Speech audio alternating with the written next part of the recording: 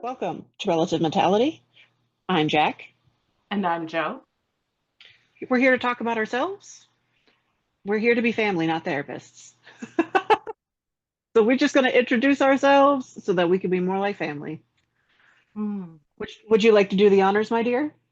Sure. I'm Joe. Thanks. Thank you for this time. No. Uh, yeah, I'm Joe.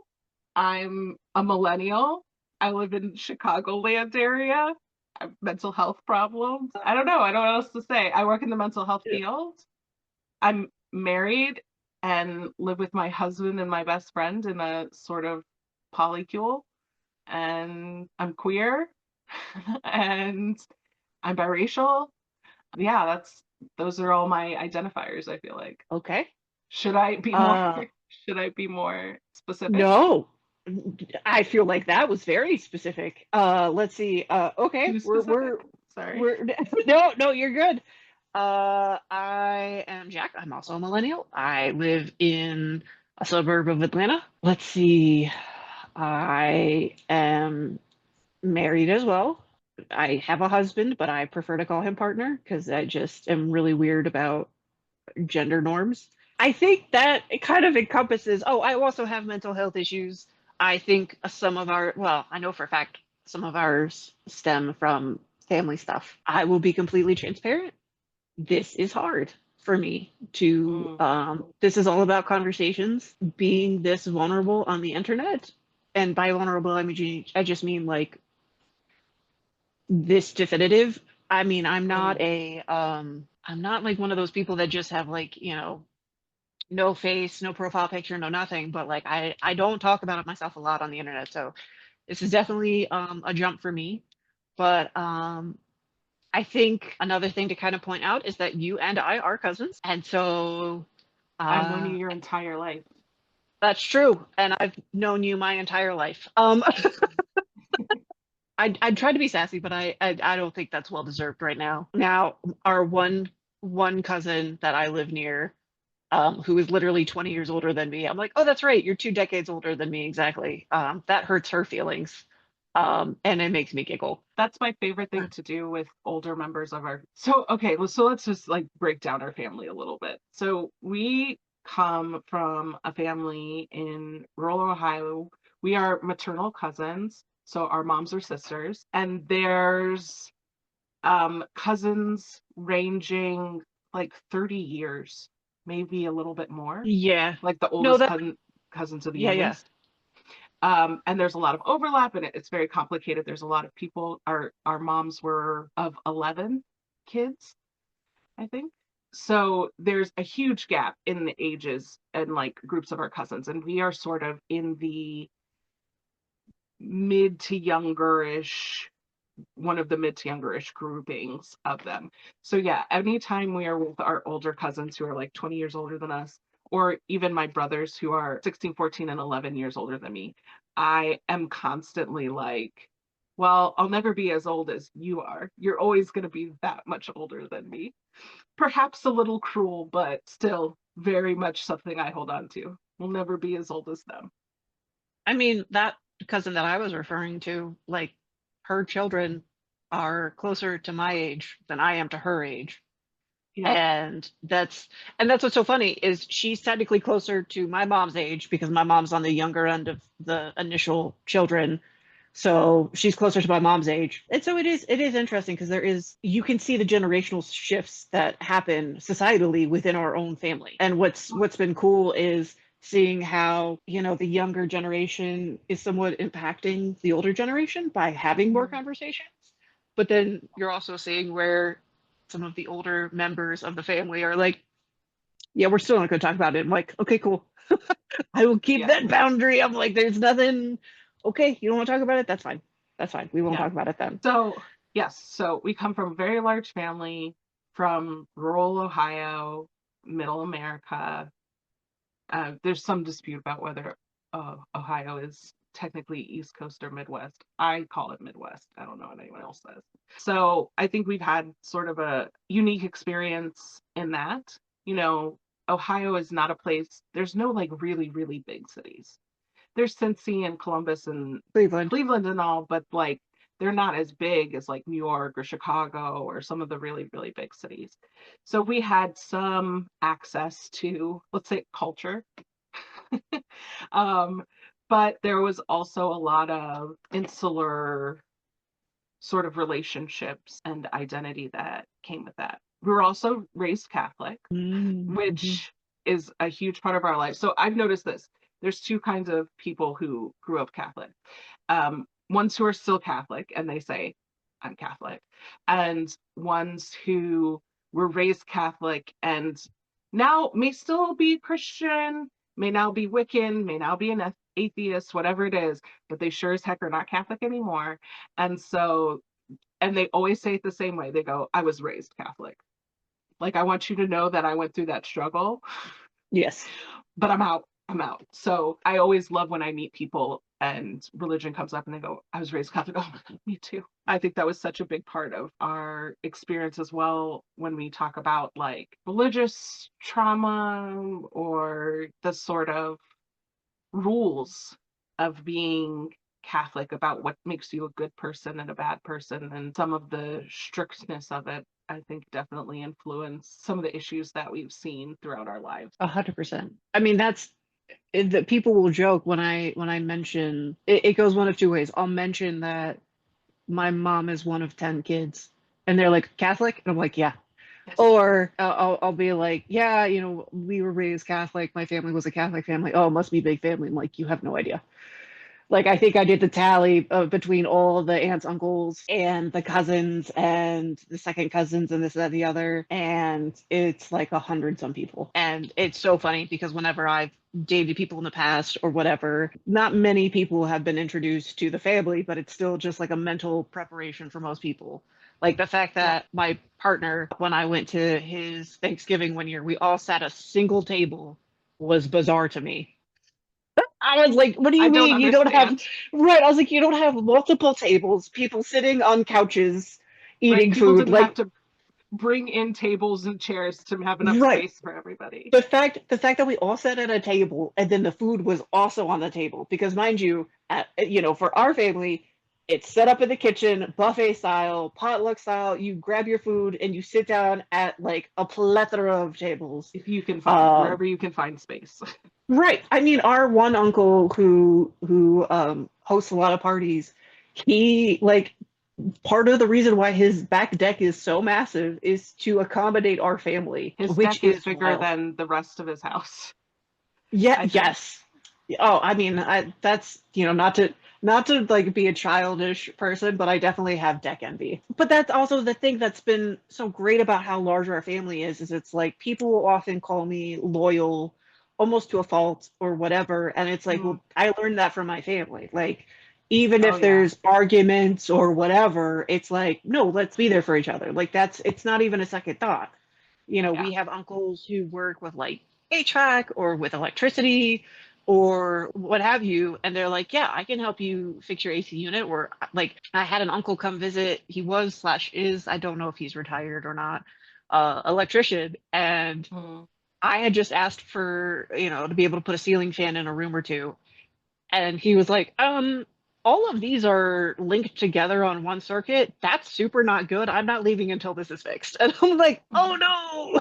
Okay, great. It's one of those things that it's like I talk about it a lot in such a positive light because it truly Yeah. was amazing. Definitely our family has faults. I feel like every family has faults. But that is one thing that I love so much about our family is the fact that we are here no matter what. Mm. And definitely with the Catholicism and this and the other, I feel like back in the day it was very much so like oh, this is a more taboo thing. We're not going to talk about it. But now as more things are kind of becoming more talked about in general, there's a lot more of acceptance. Even like again, it was very relatively accepting, but even more so now. Absolutely. And I always say our family is a blessing and a curse. There are a lot of ways that I look at our upbringing or our family, and I'm like, y'all broke me. Like, you caused this.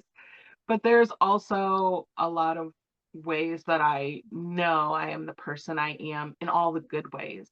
because of that. And so I'm the same way. I'm like fiercely loyal, and I fully believe in friends being family as well. So like my best friend, she is my sister. I will say that to the end. My husband's best friend, I'm like, he's your brother. And he's kind of like, no, he's got one sibling and like three cousins. And he's like, no, family is this thing and friends are a different thing. And I'm like, no, my loyalty and like the way I care about people, if you're going to be close to me in my life for a long period of time, you're going to be treated with that same love and caring that I would someone I'm related to. And our family has always done that. That is a really beautiful thing, is like anybody can show up to our family event. Okay, maybe not if somebody was having like a formal wedding where there's like table counts and whatever, but like Christmas, Easter, 4th of July party, everybody's invited, whether you were related or not. My dad, who I should say, also from a huge family from the same area, like two of the huge families in this tiny town where they're from, he's always welcome, without even thinking about it. Even though he's never like necessarily been a huge part of our family, he's a friend and he's just always invited over. And the neighbors are always invited, or if you have a friend who doesn't have someplace to go for the holiday, like they are more than welcome. I know there's been a couple exchange students who are like still super close with people in our family, because it's just like we're like Olive Garden. When you're here, you're family. And that is so much the mentality, to a point where sometimes it's a little weird. Like maybe it's a little uncomfortable for the people coming in because they're not ready to be treated in that way as family. They're like, I don't know these people. But then next thing you know, random aunts and uncles are just like kissing you and be like, love you, and like stuff like that. So yeah, it's so beautiful in so many ways, and like such a wonderful, unique experience. Yeah, but there were also struggles and lots of intergenerational trauma. But I think there's also this knowing that, yes, there are negative things about me that are 100% our family's fault, but there's also so many of these beautiful parts about me that I would not be able to have had without this really unique experience that we had as cousins within this family. 100%. And it is funny too, because it's like you talk about pretty much anybody's welcome. And so I had an engagement party last year. I had some friends that came that, had never met the family and this, that, and the other. And now they're like, yeah, this friend, they're invited indefinitely. You don't even have to be here. And I'm Yeah, like, I don't think my friends would be comfortable with that, but I will let them know. Yeah, it's one of those things that I have learned throughout my life how lucky and to some degree how uncommon our family, how it yeah, functions, like the loyalty and just being there, no questions asked, is because it's like to some degree, I feel like again, this is going to be biased because it is like our family, but it's like some families are like, yeah, we're totally there for each other, and I'm like, but are you? Or are you just saying that? Because like my family is like they might be an hour late because that is kind of on family. So maybe tell them an hour earlier, but they'll be there for you 110%. And it's overwhelming, honestly, in a kind of a sad way to some degree, where it's like the other people haven't had that experience. yeah. I think Um, about when my mom was in hospice. She was only there for one day before she passed, but we had so many family members come, her brothers and sisters. And I don't know that any of the cousins really made it to that, but like then my brothers and a couple of their kids, and her past husbands, her family, like my step siblings and all this stuff. And while we were there, we basically the hospice couldn't find enough chairs. Because I was like, do you yeah, have that more tracks. chairs? And they're like, oh, like here's four more. And I'm like, no, no, ma'am. There's going to be a minimum of 20 people in this room. And there was for pretty much the entire day. So we had to like go around the hospice looking in closets trying to find enough chairs for just our family to sit vigil with my mom on sort of her last day. And I seem to recall our grandmother as well. It was a very similar, she was at home in those last days, probably no less than 20 people at any sort of given time. So it is beautiful and it is very strange to others. But you know, when we say like there are sure some negative things that come with it, I think it all sort of boils down to kind of mental health stuff, really, as far as like things that are passed on by me, you know, some anxiety, some mood disorders, you know, but also like the trauma that our family, you know, our parents' generation went through, and our grandparents' generation went through, and how that's like funneling down through us, some of that like religious piece. But it definitely, I think, when we were young, colored our experience with our mental health issues, because so much of our family was about helping others, but also like overcoming so you can help someone else, right? I feel, especially with the ants and probably a lot of the female parts, though, in a negative way, it's like I will help you to the detriment of my own self. Absolutely.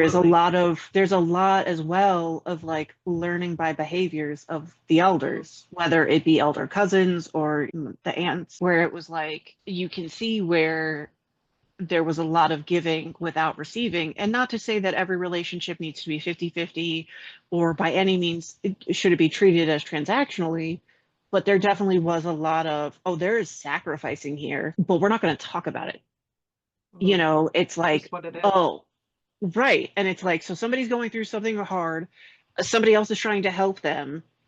And so we're seeing this as like, okay, so if I want to show that I love you, I need to kind of put my own self, forget anything that takes care of me. It is now primarily focused on you. And that definitely was something I had to get past, where it was Yeah. like, the stereotype of you can't fill up a cup if your own cup is empty, you know, Hmm. and it was like, no, I'll get a spigot and immediately put it in my cup and then put it in yours. I'll make it work. I'll figure it out. And it's like, no, you really cannot help someone if you yourself are drowning. You're both going to drown. And I feel like I, as an adult, I can see a lot of how that like affected my mom, certainly. That like constantly treading water, right? Because she's got to be being this connection and helping people out and helping those things. And so never necessarily, yeah, never putting herself first. And yeah, that really, there's a lot of negative pathways that got built because of that sort of idea, like, or even if you are suffering, like go and like a cat, like go and hide and have your suffering, and like don't bring it to the attention of anyone else. And then when everybody comes, water on the face, you know, blot your eyes and like go through and do it. And I can think of that specifically, like how many times I've continued doing something while I was crying, and like instead of stopping to acknowledge like I'm crying and I'm not okay, like I have to get through this even if I'm struggling. And that's with family, that's at work, that's at home. Like this has happened in all aspects of my life, and it's that unhealthy piece. I can't stop until either the task is complete or the other person is okay, regardless of what it sort of what it does to me. Well, and that's the thing that's tricky with where we grew up as well, because with it being rural Ohio in the 90s, to very much so have the pull yourself up by the bootstraps mentality. And it was like, why are you crying? So many other people have it worse than you. Like this isn't Yes. even anything. And Still so that farmer mentality was still very strong within our 100%. parents' generation, for sure. Right. And like even where we grew up in general as well, not even just within our family, but in I was sitting, this was after I had, gone to college or whatever and come home to visit at one point. One of the things that infuriates me the most is I saw a dad pull his son out of a restaurant and I was sitting outside waiting for like my to go order. And he was like, boys don't cry. Why are you crying? Mhm. And like that was in the 2010s. Like that's, there's still very much so that mentality back home of like boys don't cry, girls do this. Traditional Yeah, sort of. very, very traditional thought processes. So it's like with where we grew up, and with the people that we grew up with, it was like a perfect storm concoction of, you're gonna have some mental health issues. It also is one of those things too that I find that it was very beneficial for me to leave to get new experiences. So even when I go back home to visit and this, that, and the other, I can then either kind of switch my brain and just kind of be like, okay, this is how it's going to be. Or, okay, I now know this is how I can protect myself, but still be true to myself, and just kind of having those boundaries set up. But it's like, I don't know if I would have been able to become the person I am today had I stayed there. I don't, if I'm going to be honest with myself, I don't think I could have been. Oh, absolutely not. I don't think so. That I could have be anywhere close to the level of growth and like self actualization if I had continued to live in that part of the world, Hmm. right, and not had some of the experiences I've had in bigger, like in Chicagoland and in the bigger city. And for you, I know it's sort of the similar, like moving down south, being in Atlanta, and like seeing a lot of difference. But also, yeah, like I think there are the systems that are set up within our family to help us and support us and make sure we're okay. There are also ways that it's limiting. They don't necessarily leave space for you to grow up, leave space for you to find all of those things if you sort of stay and never get away. And there have been people in every one of the generations that have stayed in the hometown, in that area, in that county their whole lives, and I think you can tell the difference between those cousins or whoever and the ones who have gone away and come back, or the ones who have gone away and never come back. And I'm very grateful as our family grows, like, as we all get older, there is more conversations around mental health and there are more conversations around, this, that, and the other. But there is still somewhat of a, well, this is just how things are. And I'm like, it does not have to be that way. You can, like we kind of talked in the last episode, it's like, I cannot help you if you do not want help. Mm, But it's like, I can promise you that it doesn't have to be that way. You can't not just shrug your shoulders and be like, well, it is what it is. Because I'm like, it doesn't have to be. And I'm like, yeah, I will beat this dead horse forever. But yeah, because they've not experienced change in that way, then again, it's a matter of you don't know what you don't know. right. Comfort is great, but diamonds are made under pressure, or whatever they say. Like being out and going through the struggles that I went through, good, bad, and anywhere in between, they help to shape me and help me understand why my family was good, why there were all those positives. If you had asked me at 18, I would have struggled to identify the positives in the way that we just had, because I felt so trapped by the constant family ties and all of the stuff that was always going on, and the relationship with my mom and all sorts of things. It was almost like I couldn't breathe until I got away. And that's when I really met myself as a person, like where I merely met Joellen, and not just the Joellen I was trying to be for my mom, for our family, because we were supposed to, all of those things that weren't allowing me to be my real self.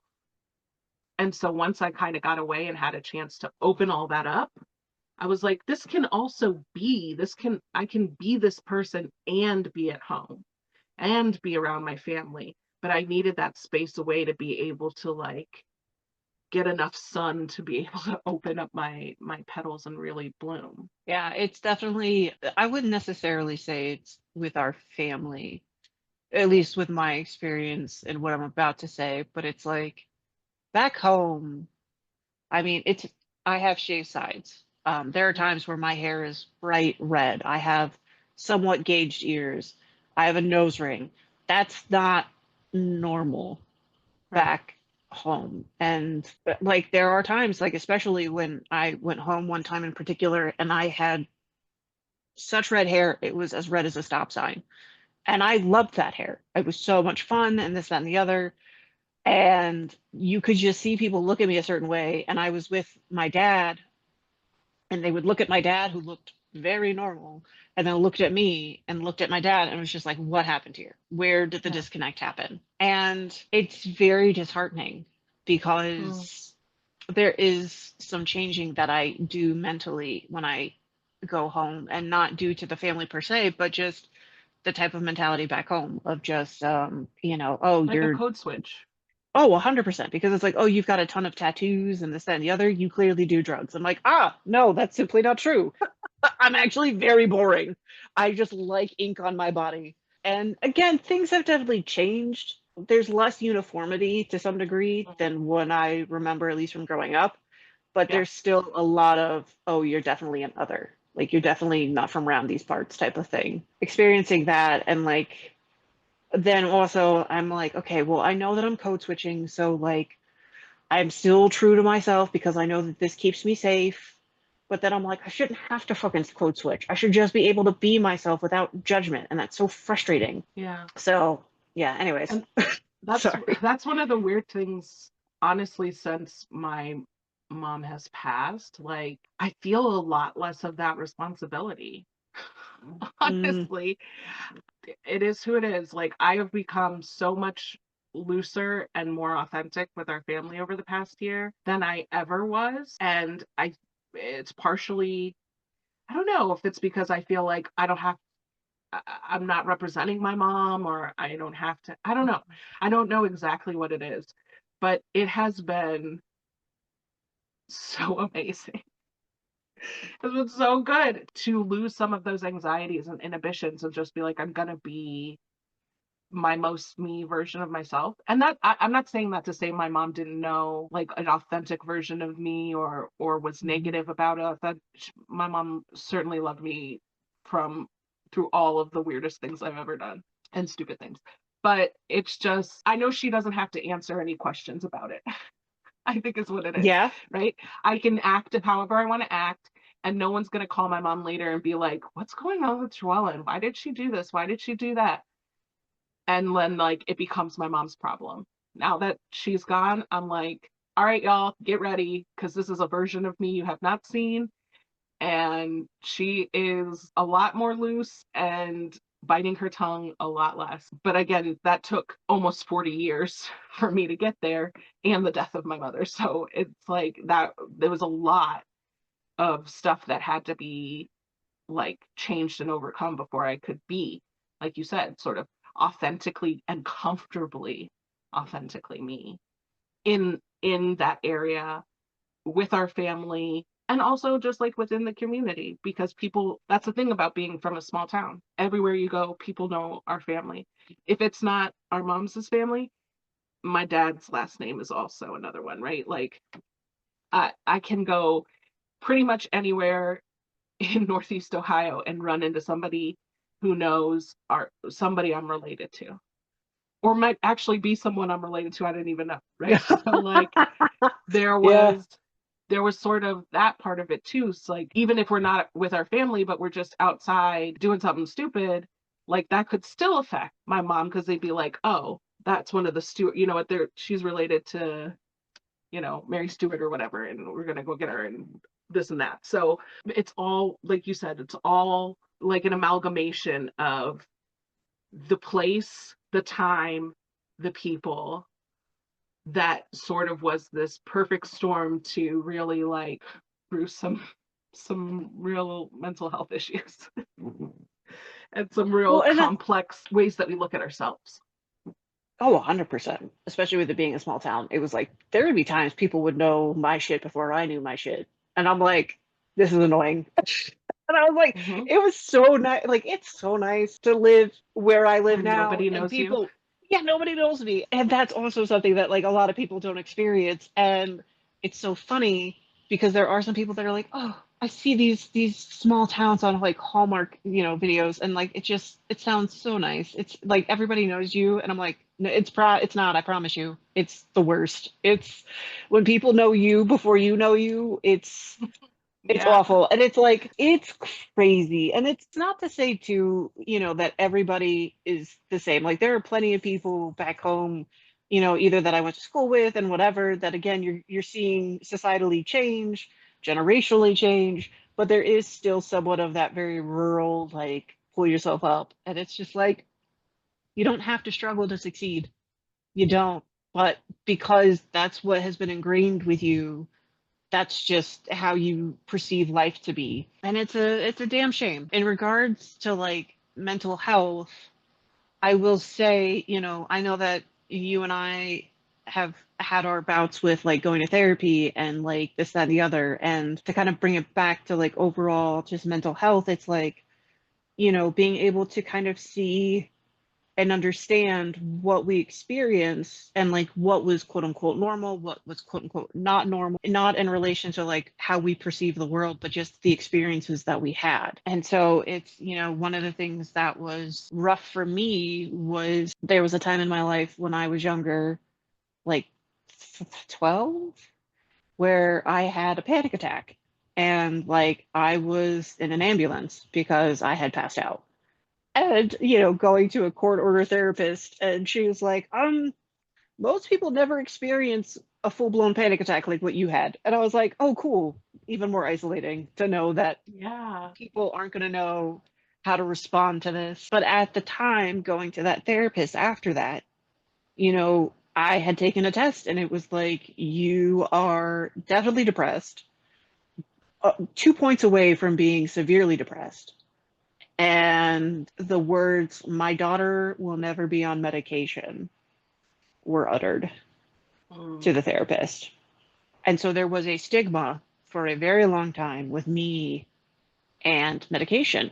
And Yeah. boy, howdy, does medication, it's not for everybody. And I'm not trying to say that it is, but it rocked my world in the best way possible. Like, and especially when I ended up getting diagnosed only a handful of years ago with ADHD and had Adderall for the first time, I'm like, people just think like this? They don't have 1,000 things in their head at all times? What do you mean?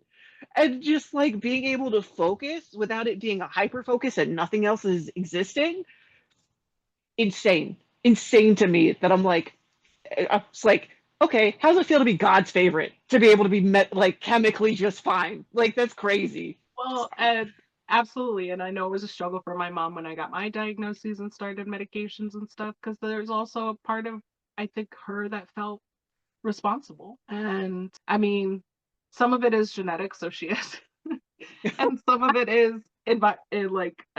environmental, so she is. But like, there's also parts of it that are just like beyond anything she could have done. But it hit her so hard, and I think that was a moment where she really was like, if I'm being honest, and I look at other people, like my brother or other people, yeah, they probably have it too. And even my mom sort of being like, if I really am honest with myself about what my life has been like, I probably have been dealing with it too. So I think it was uh, a difficult situation for her as well to sort of adjust to, because it was not just a realization about me, it was a realization about a lot of people she knew and herself that made it really difficult for her.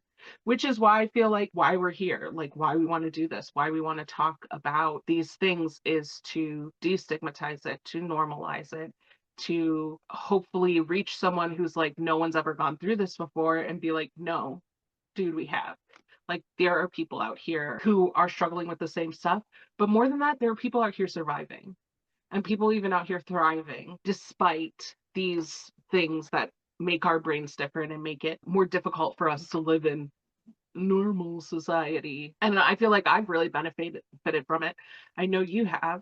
And even just us talking to each other over the last couple of years, coming back together, because as I sort of said, I think I definitely tried to escape after high school. I tried to run away, I tried to escape. I think there was some of that for you as well, and in doing so I lost a lot of connections with people in our family. And I think when we were very little we were close, but there was a distance that was continually growing between us. You're like, I don't think we were close. Well, I'm just saying, I just remember a lot of times where I pissed you off as a child, and then you were kind of a jackass because I pissed you off. And so it was, I you're was like, you know what? Hold on, we got notes. We're gonna pull this out. That's fine. I got notes. no, I was just an asshole. So I mean, that had nothing to necessarily do with you. You just happened to be there for it. Well, it was also, I was needy and I wanted to be cool to an older cousin. And Yeah. you were the most accessible, cool cousin that I had, truly. And not to like, fangirl over here, but you were such a cool cousin. I always looked up to you. Like you and our literal rocket scientist cousin, like you two were like the big ones that I was like, yeah, hell yeah. And so I think I was annoying because I wanted you to like me, which obviously when people are kids, that means that you probably hate me. You're like, bitch, I don't need a shadow. I already have one. Get the fuck away from me. And I'm like, Well, okay, I'm sorry. well, and it's funny because the things that you looked at and were like, oh, that she's cool, or like she's this and that, were the things that either I didn't like about myself or were the things that I was doing actively to be like different from myself, right? To Oh yeah. put on my mask and show the world. Again, I think I don't know if I said it in this one or last episode, but people are like, you're so dramatic. And so at some point I said, all right, you want to know drama? I'm gonna show you what drama really is. Yeah, that was really my response, was to be loud and to be a bigger than life, or just a big character. It's funny because you're like, oh, I was probably annoying, but honestly, it was probably more because I was didn't like myself more than it was really I didn't like you, right? That I was just unhappy and angry and lashing out at people more than it was really you. But it's interesting that you look back on that and you perceive it as Joellen didn't want to like be with me, or I was annoying, or all of those things. And I'm not going to be like, you were never annoying. I'm sure you were. I'm sure I was, like we all were. I don't think that that was ever necessarily a conscious thing in my mind. Like I find this person annoying and I don't want to be near them. It was me going through my own struggle. But because we couldn't talk about that stuff, or we didn't understand those things, I can totally get how it would look that way and maybe feel that way for you. This wasn't meant to be a therapy session, but holy fuck, did that like impact my inner child? And I'm That's sorry. Well, because I'm sorry. I never like no, I you're it. great. I didn't know. I couldn't have known how much my actions were affecting those around me, especially like you and your sister and some of the younger cousins and stuff. Because at the same time, while you were looking up to me, I was looking up to other cousins. So it never occurred to me that I was the big cousin or the that sort of person Well, and until that's I was much older. So I right, and didn't. It that's never occurred to me that I could that those things had an effect on you in that way. And I really am sorry. I no. never.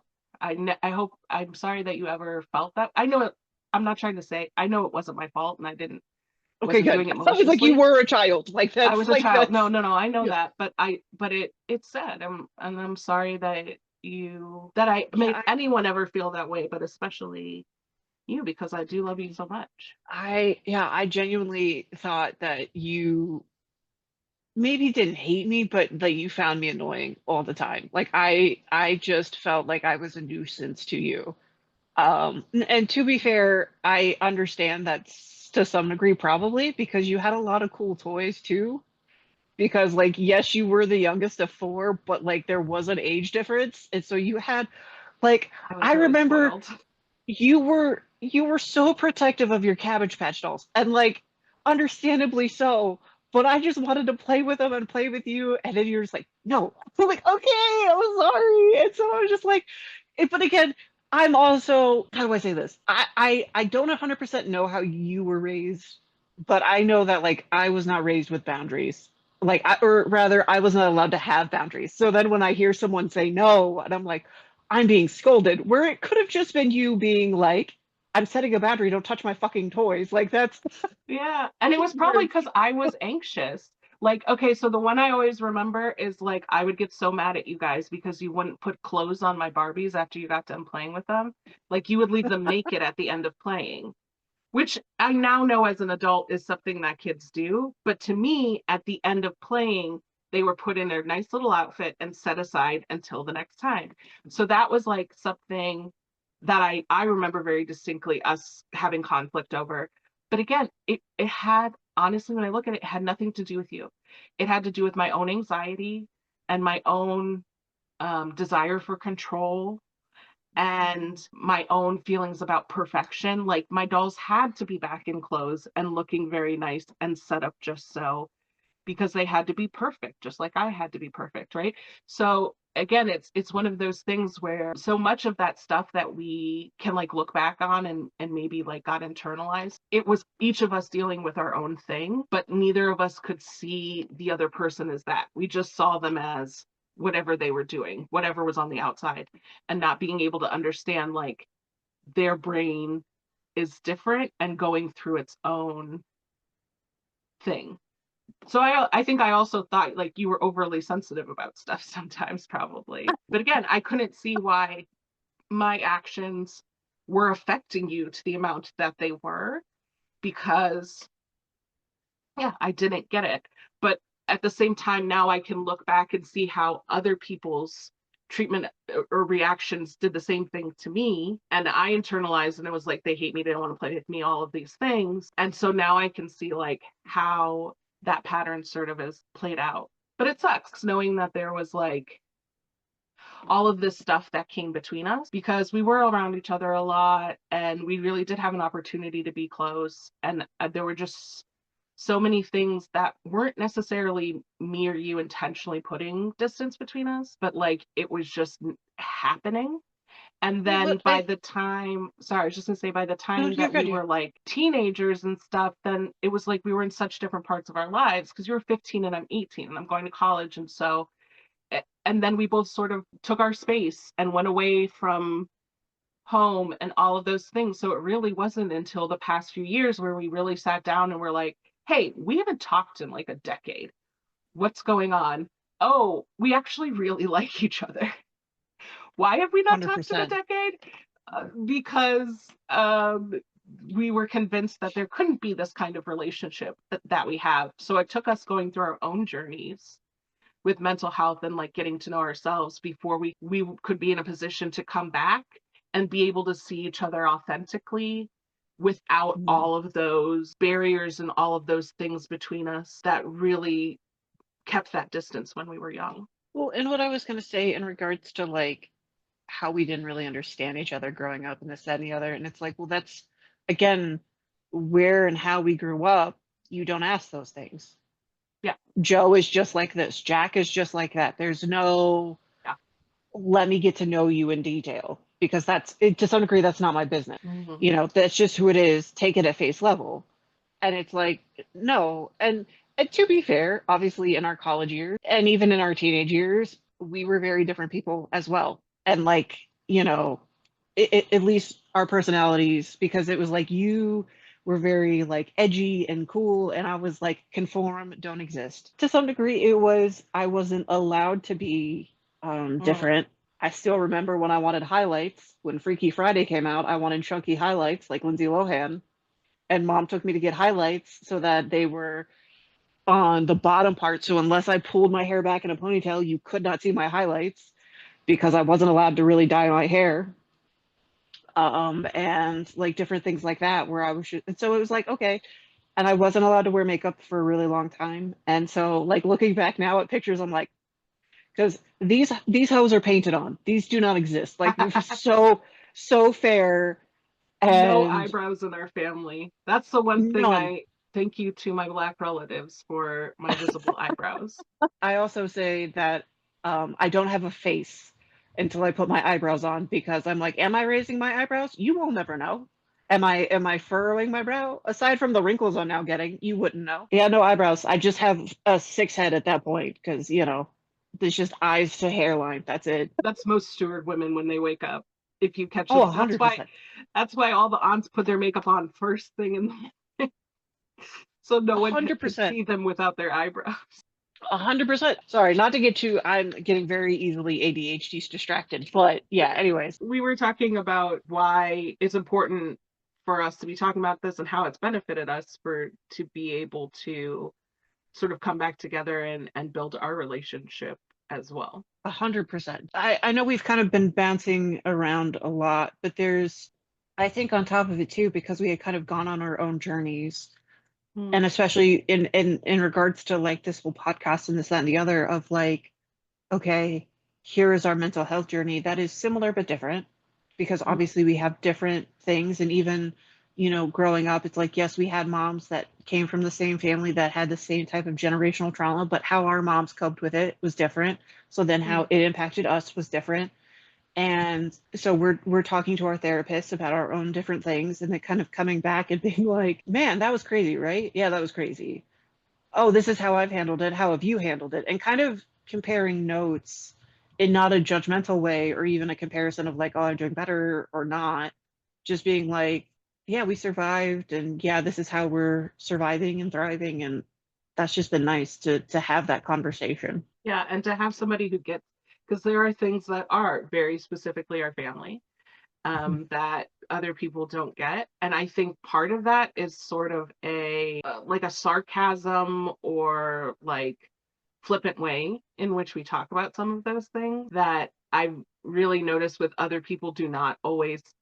I'm saying it, I'm like talking about a trauma because I think it's funny, and like other people are like, huh? Like that sounds not good, Joelle. And like that sounds messed up. And I'm like, I need someone who gets me, who gets that this is like, yes, I know it's messed up, but that's not what I'm trying to talk about. I'm trying to talk about the hilarity, the resulting things that it's messed up. So like that has been really lovely as well in sort of us coming back together and having this relationship and being able to have these talks. And so I know that there will be things that you and I have gone through, or maybe you and I connect about that like are not necessarily universal things, but I think they all come back to a core that is very universal. And that is very much about like the mental health journey and how we can benefit as individuals, how we can benefit in our relationships, how working on our mental health really affects every aspect of our life, including the fact that we can be friends now, right? And that we are in this place that we are in. If we had not went on our mental health journeys, we would not be here together today talking openly about these things Hmm. and being able to be transparent and talk openly in front of people about these things. That's also our theater backgrounds as well, is be like, yeah, no, that's fine. Throw it all on the stage. It's fine. Uh, Yeah. yes, and all the time. And Yeah, in and also I'm so sorry about the whole childhood thing. I didn't necessarily no, realize we hadn't talked about it. I thought we kind of had. I didn't mean to I blindside mean, you. we had. No, we had. Are you okay? Do you need a minute? Because I No, know I'm fine. I it was looked like tearing it up a was little bit. tearing up for you. Yeah. I It was was trying not to I mention it in the moment because I didn't want to make you uncomfortable.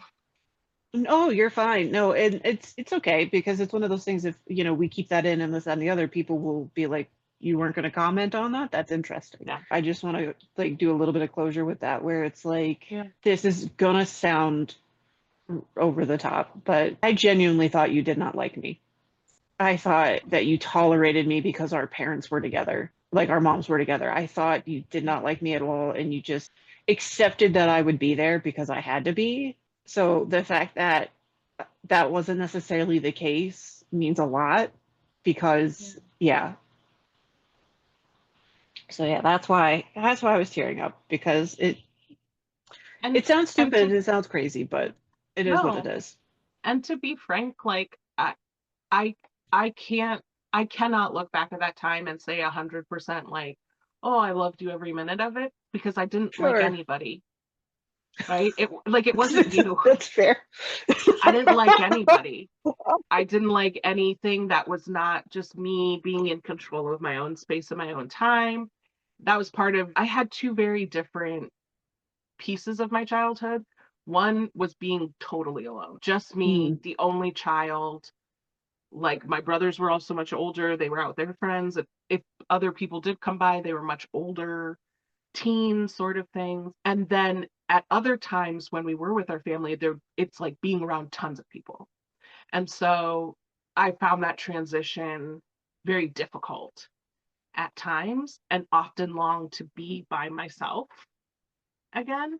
And so again, that's why like I yeah, I didn't like anybody, but it certainly was not something that was directed at you as an individual. And again, Well, I hate that you felt that way. I know we can't go back or change anything, and I well, know you don't blame me, but I'm sorry. I no, it's one of those things too, and this is gonna put me in a terrible light. I'm sorry. But no, no, no, no, no, no, no, no. My sister always wanted to hang out with me and play with me, and so it's Yeah, like I know how that was. yeah, And so I'm sure I projected that as a child, meaning that that's how you felt about me because I was seeing similar patterns. yeah, That's not necessarily true. But yeah, she'd always want to play. And I'm like, you always break my shit. You always do this, that, the other. And I'm like, I yeah, don't want to play with you. Like, because she's also loud and whatever. And I was not that person. And I was like, so I'm sure a lot of it was that. And then also, obviously the older cousins didn't want to play with me because I was a child and they were like in their teens or 20s. So yeah. someone who's only a couple years older than me, if I'm seeing something that looks remotely the same, I'm like, yeah, this person doesn't want me around. Mhm. Um, and again, that's, to some degree as well, just kind of the environment that I grew up in was thinking about it. I'm like, I never necessarily felt wanted. Yeah, And so if I saw anything, and that's why even to this day, I'm working very hard on just because they didn't text you back doesn't mean they hate you. They will tell you if they don't like you or don't like something you did. I was like, okay. yeah, So, anyways, sorry. Side tangent, but I just wanted to say I'm sorry if I upset you. And I know to some degree we were both living our lives the best that we best we could could. with what we Yeah, had. Right. yeah, absolutely. We were just trying to survive. Right. And Right. it's funny So, because those feelings you're describing, I had those same feelings, like of feeling not wanted and feeling like I didn't belong and whatever. And again, it comes back to that thing of how did each of us react to it in very different ways. You said, how do I get quiet and like be so quiet that no one cares that I'm around? And I'm like, I'm going to be so obnoxious that I know you're not going to want me around. that, that you're going to actively avoid being with me because you're going to do it anyway. So I'm just going to get this done with and like do it. Right. oh yeah. So Oh yeah. that's the thing. When you talk about that kind of stuff, I'm always like, I connect so much with it, but I also understand because it affected us in such different ways, I can understand why you didn't perceive it in that way, you know, being the younger cousin and like how those feelings came up. Yeah. I mean, So, and getting handcuffed to a doorknob oh my sends a clear gosh, message. you're never going to let that one go. No, because it's very visceral in my head. And I just like, because I also toyed with the idea where I was like, well, clearly, if Joe did this to me, I'm gonna get in trouble with her mom.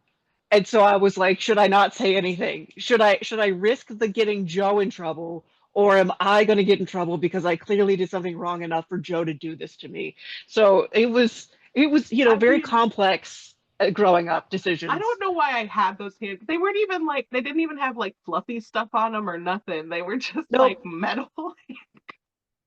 I mean, they were ones that you could like get out of. They were safe for kids and stuff, but I don't know why I had those. And probably I don't remember exactly what happened, but I can say with some confidence that I probably handcuffed you to the door because I was like, you keep touching my stuff and messing things up. So I'm going to make sure you can't do that. And then I'm going to like go and fix all of my things that you have messed up. Oh no, you fucked off is what happened. Is you handcuffed me to the door on the inside for your room, and then I don't know where you went. You just left. And Went so, downstairs to the playroom and just was like oh, later. probably. I just I also remember because you had that bunk bed that had all the stuffies on top. Yeah. We were not allowed per you, we were not allowed up there. I remember one time I snuck up there and just laid in there, and you came in to try to find me, and I just like kind of like held Like my breath still. amongst the stuffies, and I was like, if she doesn't come up here, she can't find me. And I was because it was solely because you didn't want me to, and I was like, and I wanted to. It was those two things. That's fair. So yeah, That is 100% fair. I so mean, yeah, that's it was why it was probably like that, because I loved it up there. oh, and so I'm like, was it probably 100% valid why you handcuffed me? Sure. But yes, no, it's a very visceral, just like, okay. I remember it. It's fine. That's so funny because I Oh, do remember it vaguely, yeah. mostly because you always bring it up. Um, but I remember the Barbie thing way more. Like See, that's I a don't remember the Barbie thing at all. way more visceral reaction for me. I was so Was like, unbothered by it. yeah, exactly. And I was unbothered by you being handcuffed to a door. I was like, problem solved. Bye. I mean, truly, truly. As an adult, I'm like, no, I get it. Like, you needed to put me in timeout. I get it. It's fine. So ultimately, with us being able to also have our own experiences when we moved away, there's definitely some different traumas that I experienced, as well as some, big wins and all that. That's the corporate side of me coming out. I was like, we had big wins this quarter. It was nice to kind of start having those conversations with you because there are parts of us that yes, we had very different life experiences once we left, but then we had a lot of foundational shit that was, oh, we cope this way because we had this growing up or whatever. And so being able to have that was really nice. And so I think obviously us going to therapy, we learned that it's like, well, if we start talking about it, these things, it becomes less of a boogeyman and it loses its Mm-hmm. power. But the power of conversation, of just kind of bringing light to these relatively sensitive topics and even just these darker corners that people don't want to talk about, it makes it more accessible. Yep. And so, that's why I'm very glad that we're doing this podcast. And, going forward, I know that we want to continue the conversation in general, obviously with each other.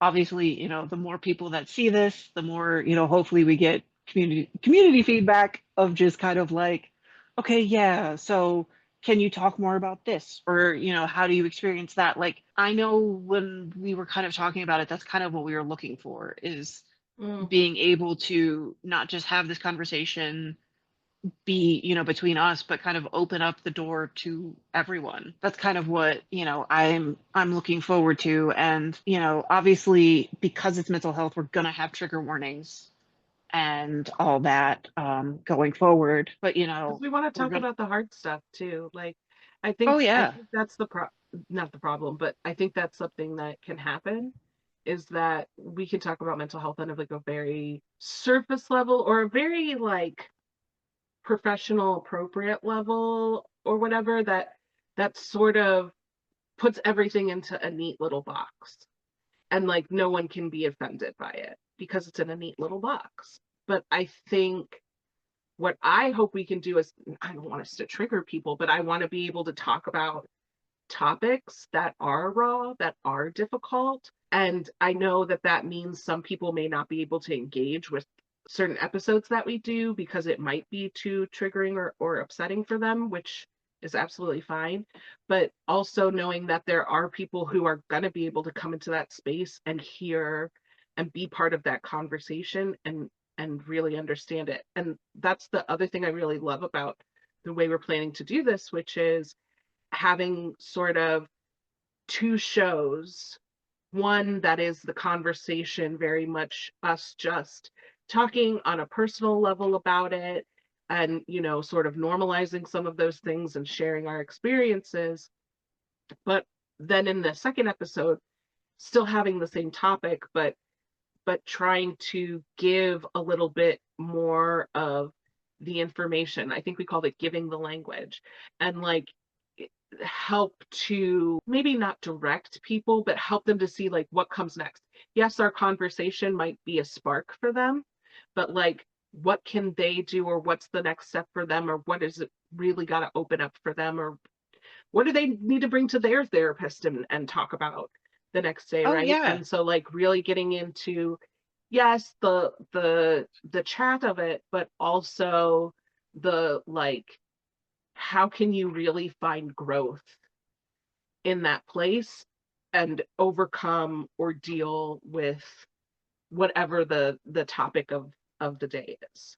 Well, and I think another thing that helps, at least from my perspective, things that have helped destigmatize and also have felt very validating to me is having the language and having the words, Yeah. where it's like, there were things growing up where it was like, oh, don't do that, that's bad. And it's like, okay, well, why? And there was no answer. Right. It's just like, because I said so. And so having conversations of like the difference between anxiety and, and depression, but then also kind of knowing a little bit further in what the difference is between PTSD and CPTSD, being able to have those conversations as well. Yes, it might be a little bit more like clinical or, very knowledge based versus Yeah. experience, but in a way that can also be kind of good, I think, I feel, and I hope, because then it's like, okay, so that's what the word is, and that's how I feel. Yeah. That's crazy, and so that can help make things less scary, hopefully, Yeah. or less Giving that intense. giving that emotional identification, but also giving, yeah, like there are a lot of words that get used in mental health that have a lot behind them, right? Even when we say an anxious thought or an intrusive thought or things like that, right? You have to sort of understand what the sort of definition behind that is. And it might not be the same definition as in the rest of the world when we talk about it in this sort of space. Or it might be a word you've never heard of before, or it might be a word that kind of sounds like something you know, but also doesn't. Or it could be a word that like culturally has been reused for something else, right? So like my always big one is when people are like, oh, it's so bipolar, they're so bipolar. We have quite a few bipolar people in our family. And so like that one always gets me. I'm like, you don't even know what that means, right? Mood swings are different than that. Like you don't know what it means.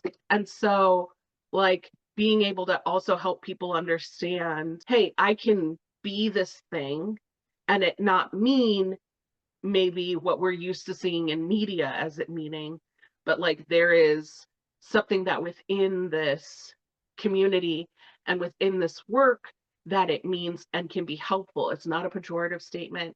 It's not supposed to be punitive. It is actually something that can lead to growth. And so I think that part is also important for me in this space is to try to help give those clarifications that someone who works in the mental health field might be like, oh yeah, I know all the lingo and I get what all of that means. And or even like you, because you've been through so much work in therapy and on this, that you might know what it means, but that a 17-year-old who's struggling might not know. And so yeah, giving that language to normalize, and also that language so that I can go, oh, because when I got my diagnosis, I was a person that was like, oh, thank God. Now I understand. Now I get it. It's not something I've been making up. It was actually something that a doctor has now looked at and been like, oh, see, this is why this matches this thing. And I'm like, ah, oh, thank you. That makes so much sense. So I found a lot of freedom in finding that language as well. And I want to, bring that to other people. Oh yeah, 100%. Because I mean, life is hard. Talking about mental health shouldn't be. Yes.